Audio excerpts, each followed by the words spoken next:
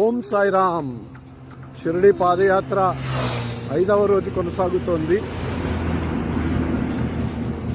మాణిక్య ప్రభు దగ్గరలో ఉన్నాం మనం. అంటే మాణిక్ నగర్, కర్ణాటక.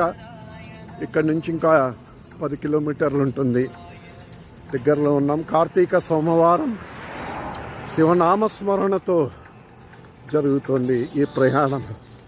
ఈశ్వరాయ कराय नमः ओम भवाय गुण संभवाय पांडवाय नमः ओम.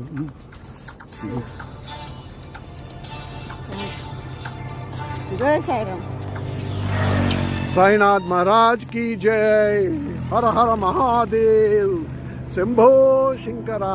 ओम नमः शिवाय. पार्वती पतये नमः.